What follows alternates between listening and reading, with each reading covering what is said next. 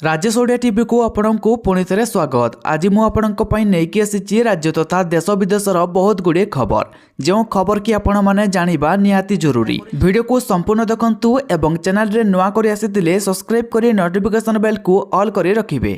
चलतु आज खबर विषय जानिबा। आजिर प्रथम खबर, सुभद्रा पाई नथिबा हिताधिकारी को अस्वस्ति देले उपमुख्यमंत्री। कहले कहीं बात पड़ेनि, सुभद्रा टंका मिल नथिले एबे मिलिबो टंका, बात पड़ेनि जड़े वियोग्य हिताधिकारी। शेष हिताधिकारी को लिस्ट सामिल करा। फेब्रुआरी 8 तारिख में मुख्यमंत्री मोहन चरण माझी सुभद्रा योजनार चतुर्थ किस्ती टंका हिताधिकारी अकाउंट को पठाई। हेले एबे सुद्धा एमिति अनेक लोक अछंती जो माने सुभद्रार योजना लाभ पाई नाहंती। एही समय उपमुख्यमंत्री प्रभाती परिडा बड़ बयान दे कहते जड़े भी योग्य हिताधिकारी बाद पड़े नहीं, शेष हिताधिकारी को लिस्ट सामिल करा। खूब शीघ्र सेमानंकु भी सुभद्रा टंका प्रदान करा। एथिपाई भाग्यवान 2 लाख महिला हेबे सुभद्रा प्रथम किस्तीर शेष हिताधिकारी। परवर्ती खबर, ओडिशार जानवाहन मालिक माने खूब शीघ्र 15 वर्षरू अधिक पुराना गाड़ी पाई पंजीकरण प्रमाणपत्र बा आरसी नवीकरण पाई फीस रे एक बड़ वृद्धिर सम्मुखीन होई पारंती। केंद्र सड़क परिवहन एवं राजपथ मंत्रालय एक ड्राफ्ट प्रस्ताव अनुଯାयी এই विकास 2 चकिया जान ठारू आरंभ करी बारे ड्यूटी बस एवं लॉरी पर्यंत समस्त वर्गर जानवाहन को प्रभावित करिबो। तेबे प्रस्तावित फीस 20 वर्षरू अधिक पुराना गाड़ी जानवाहन पर गुरुत्वपूर्ण देखा दे पारे। मोटरसाइकेल पाई नवीकरण 2000 टंका, 3 चकिया जान पर 5000 टंका और कार पाई 10,000 टंका पर्यंत वृद्धि हो पारे। मध्यम यात्रीवाही बस और मालवाही जान पर नवीकरण फीस 25,000 टंका धार्य करा जायछि, जेतेबेले भारी जान पर 36,000 फीस पर्यंत पहुंची पारे। परवर्ती खबर, राज्य सरकार बड़ घोषणा, कनिष्ठ शिक्षकों पारिश्रमिक वृद्धि कले राज्य सरकार। मासिक 16,000 टंका को बढ़िला पारिश्रमिक। समग्र शिक्षा योजना रे बढ़िला कनिष्ठ शिक्षकों पारिश्रमिक।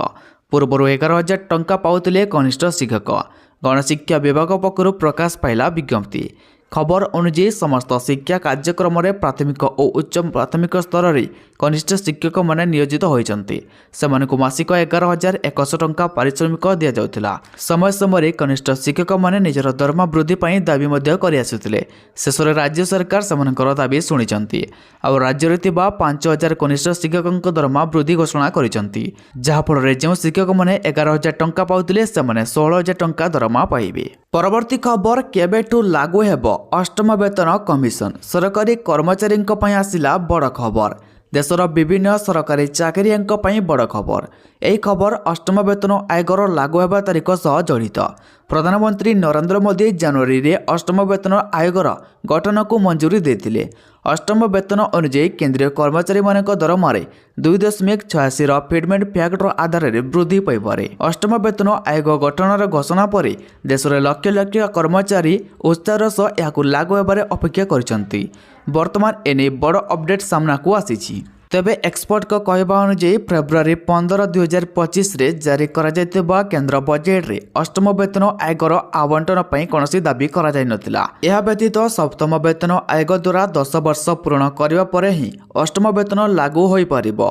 एही समस्त परिस्थिति को दृष्टि रखी 1 जनवरी 2026 रे अष्टम वेतन आयोग लागू होबार कष्टकर।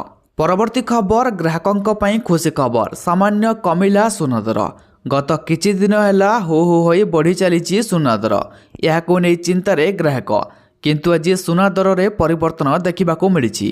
तेबे गतकाली ठारू आजिर दर सामान्य कम रही। गतकाली राजधानी भुवनेश्वर रे भरिया 22 कैरेट सुना 80,000 टंका रही बेले यह ह्रास पाई 79,400 टंकार पहुंची। आज भारतीय बजार में 24 कैरेट सुनार मूल्य 10 ग्राम पिछा 86,670 टंका रही। यह 22 कैरेट सुनार मूल्य 79,400 टंका छुईची। सेहीपरि आज भुवनेश्वर में 24 कैरेट सुनार मूल्य 86,670 रही बेले 22 कैरेट सुनार मूल्य 79,400 टंका होईची। परवर्ती खबर, गंजाम जिला ପାଇଁ खुशी खबर। जिलार सुनापुर बेलाभूमि को अंतर्जातीय संस्था पक्षर द्वितीय थर ପାଇଁ पुरस्कार घोषणा होईची। सुनापुर ब्लू फ्लैग बेलाभूमि को द्वितीय थर ପାଇଁ अंतर्जातीय पुरस्कार घोषणा करिछि FEE। बेलाभूमि स्वच्छ और सुरक्षा ପାଇଁ समस्त को धन्यवाद जणैले ब्रह्मपुर DFO सनी खोखर। परवर्ती खबर, लोके काम करने को चाहूना कारण मागणार मिल जाऊँगी राशन आउ टंका, कहले सुप्रीमकोर्ट। फ्री बीज बा मागणा राशन प्रसंग में बर्षिले सुप्रीमकोर्ट। ସରକାରଙ୍କ ଦ୍ୱାରା ମିଳୁଥିବା ମାଗଣା ସୁବିଧା ସୁଯୋଗ ନେଇ କଡ଼ା ବର୍ଷନା କରିଛନ୍ତି ସୁପ୍ରିମକୋର୍ଟ। ସର୍ବୋଚ୍ଚ ନ୍ୟାୟାଳୟ ମାଗଣା କଷ୍ଟମକୁ କରିଛନ୍ତି ତୀବ୍ର ନିନ୍ଦା। କୋର୍ଟ କହିଛନ୍ତି ଯେ ଲୋକେ ମାଗଣା ରାସନ ଏବଂ ଟଙ୍କା ପାଉଥିବାରୁ କାମ କରିବାକୁ ଇଚ୍ଛୁକ ନୁହନ୍ତି। ପରବର୍ତ୍ତୀ ଖବର, ରାଜ୍ୟରେ ଅସହ୍ୟ ତାତି କଲବଲ କଲାଣି ଖରା। ବୁଧବାର ଝାରସୁଗୁଡ଼ାରେ 37 ଡିଗ୍ରୀ ସେଲସିୟସ୍, ଭୁବନେଶ୍ୱରରେ 34 ଡିଗ୍ରୀ ଡେଇଁଲା ତାପମାତ୍ରା। ଫେବୃଆରୀ ଦ୍ୱିତୀୟ ସପ୍ତାହରେ ପ୍ରଚଣ୍ଡ ଖରାକୁ ନେଇ ଚିନ୍ତାରେ ଜନସାଧାରଣ।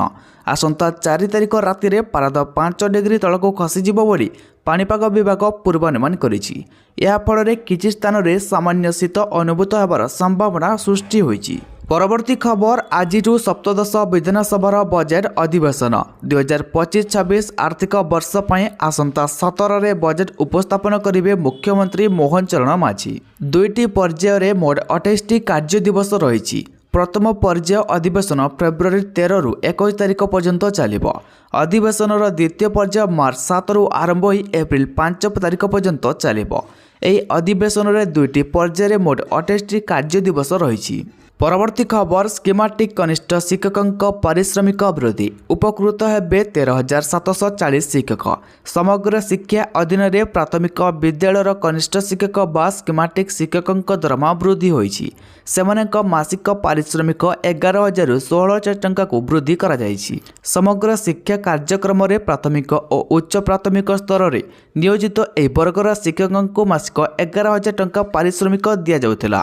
ଚଳିତ ବର୍ଷ ଜାନୁଆରୀ 16ରେ ମୁଖ୍ୟମନ୍ତ୍ରୀ ମୋହନ ଚରଣ ମାଝୀ ଏହି ଶିକ୍ଷକମାନଙ୍କ ପାରିଶ୍ରମିକ ବୃଦ୍ଧି କରିବାକୁ ନିଷ୍ପତ୍ତି ନେବା ସହ ଏକ ସମ୍ପର୍କରେ ପ୍ରସ୍ତାବକୁ ଅନୁମୋଦନ କରିଥିଲେ।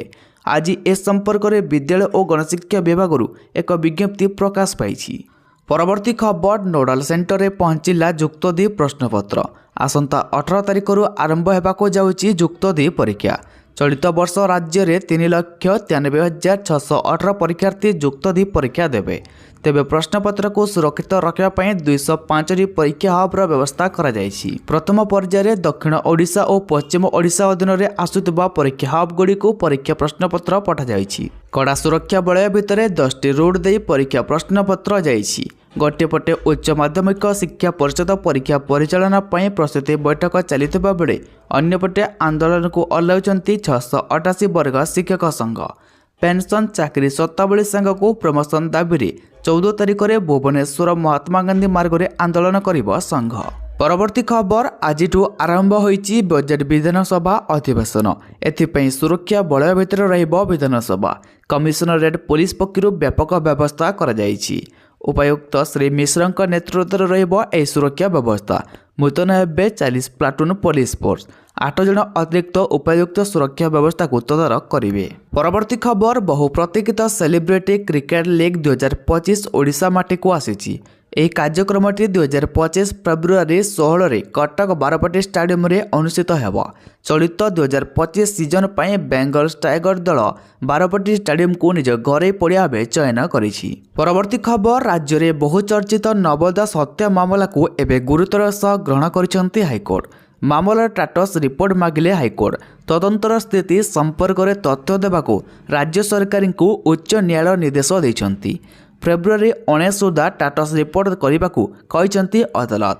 ମାମଲାର ତଦନ୍ତ ସିବିଆଇ ଦାବିରେ ହାଇକୋର୍ଟରେ ପିସି ମହାନ୍ତି ଯାଚିକା ଦାୟର କରିଛନ୍ତି। ପରବର୍ତ୍ତୀ ଖବର, ଓଡ଼ିଶାର ସମ୍ଭାବ୍ୟ ପର୍ଯ୍ୟଟନସ୍ଥଳୀଗୁଡ଼ିକୁ ଚିହ୍ନଟ କରିବା ସହ ବହୁମାତ୍ରାରେ ପର୍ଯ୍ୟଟକଙ୍କୁ ଆକୃଷ୍ଟ କରିବା ପାଇଁ ରାଜ୍ୟ ସରକାର ସ୍ଥାୟୀ ପର୍ଯ୍ୟଟନର ବିକାଶ ତଥା ଓଡ଼ିଶାର ସମୃଦ୍ଧ ସାଂସ୍କୃତିକ ଏବଂ ପ୍ରାକୃତିକ ଐତିହ୍ୟର ପ୍ରଭାବଶାଳୀ ପ୍ରଚାର ପାଇଁ ଏକ ଗୁରୁତ୍ୱପୂର୍ଣ୍ଣ ପଦକ୍ଷେପ ନେବା ସହିତ ରାଜ୍ୟର ବିଭିନ୍ନ ଜିଲ୍ଲାର 20ଟି ନୂତନ ପର୍ଯ୍ୟଟନସ୍ଥଳୀର ମାନ୍ୟତା ଦେଇଛନ୍ତି। ନୂତନ ଭାବେ ମିଳିଥିବା ମାନ୍ୟତା ପର୍ଯ୍ୟଟନ କେନ୍ଦ୍ରଗୁଡ଼ିକ ହେଲା ତେଲକୋଇ ବ୍ଲକର ଟେଣ୍ଟେନାଲି ଜଳପ୍ରପାତ, ବାଂଶପାଳ ବ୍ଲକର ଗିରିଡ଼ିବନ୍ଧ ଜଳପ୍ରପାତ, ଝୁମ୍ପୁରା ବ୍ଲକର କାଇଯୋଡ଼ା ଜଳପ୍ରପାତ, ଘଟଗାଁ ବ୍ଲକର କାଇଁଜର ଜଳପ୍ରପାତ ଓ ବାରାହାଟିପୁର ଶୈବପୀଠ, ଆନନ୍ଦପୁର ବ୍ଲକର ବୈତରଣୀ ନଦୀକୂଳ ଦୃଶ୍ୟମାନ ଦରଗଡ଼ିଶିଲା ଓ ପାଟଣା ବ୍ଲକର ଡାବରଚୁଆ ଡ୍ୟାମ୍ ରହିଛି। ପରବର୍ତ୍ତୀ ଖବର, ଇନଷ୍ଟାଗ୍ରାମ ଆରମ୍ଭ କଲା ଟ୍ୱିନ୍ ଆକାଉଣ୍ଟସ୍। ଅଭିଭାବକଙ୍କ ହାତରେ ରହିବ ନିୟନ୍ତ୍ରଣ।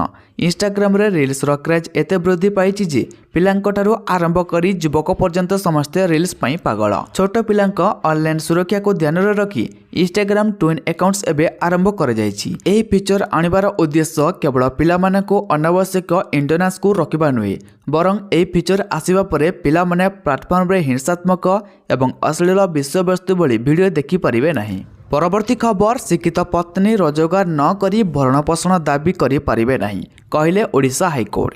निकटरे ओडिशा हाइकोर्ट निर्देश देइछन्ति जे उपयुक्त लाभदायक चाकरी रे अभिज्ञता थिबा जणे सुशिक्षित पत्नी केवल तांको स्वामी ठारू भरण पोषण दाबी करिया पई बेरोजगार रही पारिबे नाही। एक मामलार शुणाणी करी हाइकोर्ट एक छाड़पत्र मामलार परिवार कोर्ट द्वारा निर्देशित भरण पोषण परिमाण को प्रतिमास 8,000 टंकार ह्रास कर 5,000 टंका को ह्रास करिसेंति। परवर्ती खबर एणिकी जैविक चाउल रे श्रीमंदिर कोठभोग महाप्रसाद को रसायन मुक्त करने राज्य सरकार पक्षर उद्यम आरंभ होईछि। प्रारंभिक पर्यायर श्रीमंदिर कोठभोगरे जैविक चाउल व्यवहार करा श्री गुंडीचा समय संपूर्ण लगी होता बगरे जैविक चाउल और पनीपरिया व्यवहार हेब। अमृत अन्न नाम स्वतंत्र प्रकल्प कार्यकारी होई जैविक अन्नरू प्रस्तुत महाप्रसाद आनंद बजार में भक्तों उपलब्ध हेब। परवर्ती खबर 2025-26 आर्थिक वर्ष निमंते विद्युत दर निर्धारण लगी विभिन्न विद्युत वितरण कंपनीर प्रस्ताव पर ओडिशा विद्युत नियामक आयोग शुणाणी करेंगे। यह आसंता 17 रु आरंभ हो 27 तारिख पर्यंत चलिबो। कंपनी गुड़िकर जुक्ति को जदि ओआरसी ग्रहण करती ताहले एप्रिल रु विद्युत बढ़ी पारे। परवर्ती खबर केंद्र सरकार बड़ पदक्षेप देश में बैन है 805टी एप्स काय विस्तार कलानी लुटरा गैंग। वर्तमान लुटरा माने विभिन्न उपाय ठकई करिबारे लागिछंती। केतेबेले ऑनलाइन लुटिछंती तो केतेबेले रास्ता कड़रू एभली घटना अनेक समय सामना को आसुची। एथिरे शिकार होचंती अनेक व्यक्ति थाना एतला दउचंती। तेबे एसबु मध्यरे वर्तमान सरकार 805टी एप्स को बैन करिसंती। एथिसह 3,266 वेबसाइट को मध्य बंद करिसंती। परवर्ती खबर पेपरलेस है विधानसभा एणिकी टैब रे पढ़िबे विधायक। विधायक माने वर्तमान स्मार्ट हेबे। विधायक माने विधानसभा रे पेपर नुए टैब रे पढ़िबे। विधानसभा 147 विधायकों आसन सामने लगिला टैब। नेभा तरफरु ए व्यवस्था विधायकों पई होईछि। अन्यपटे बजेट अधिवेशन पूर्व सर्वदलीय बैठक बसिछि। बाचस्पति अध्यक्षतार बैठक जारी। मुख्यमंत्री संसदीय व्यापार मंत्री उपस्थित अछंती। परवर्ती खबर 13 विधानसभा बजेट अधिवेशन राज्यपाल को भेटिले मुख्यमंत्री। बसिला सर्वदलीय बैठक। बजेट अधिवेशन पूर्व राज्यपाल को भेटिले मुख्यमंत्री। मुख्यमंत्री मोहन चरण माझी राजभवन में पहुंची राज्यपाल हरिबाबू कंबमपति को सौजन्यमूलक साक्षात करिसेंती। उभयଙ୍କ मध्य विभिन्न प्रसंग रे आलोचना मध्य होईछि। वर्षर प्रथम अधिवेशन होइतिबा कारणरू आसंताकाली राज्यपाल संबोधन गृह कार्य आरंभ हेब। परवर्ती खबर मुख्यमंत्री मोहन माझी बड़ घोषणा एणिकी नवम और दशम श्रेणी पिलांकु मिलिबो मध्याह्न भोजन। पूर्व केवल अष्टम श्रेणी पर्यंत छात्र छात्री को मध्याह्न भोजन मिलुथिला। एणिकी प्रथम रु दशम श्रेणी पर्यंत सबु पिलांकु मिलिबो मध्याह्न भोजनर व्यवस्था।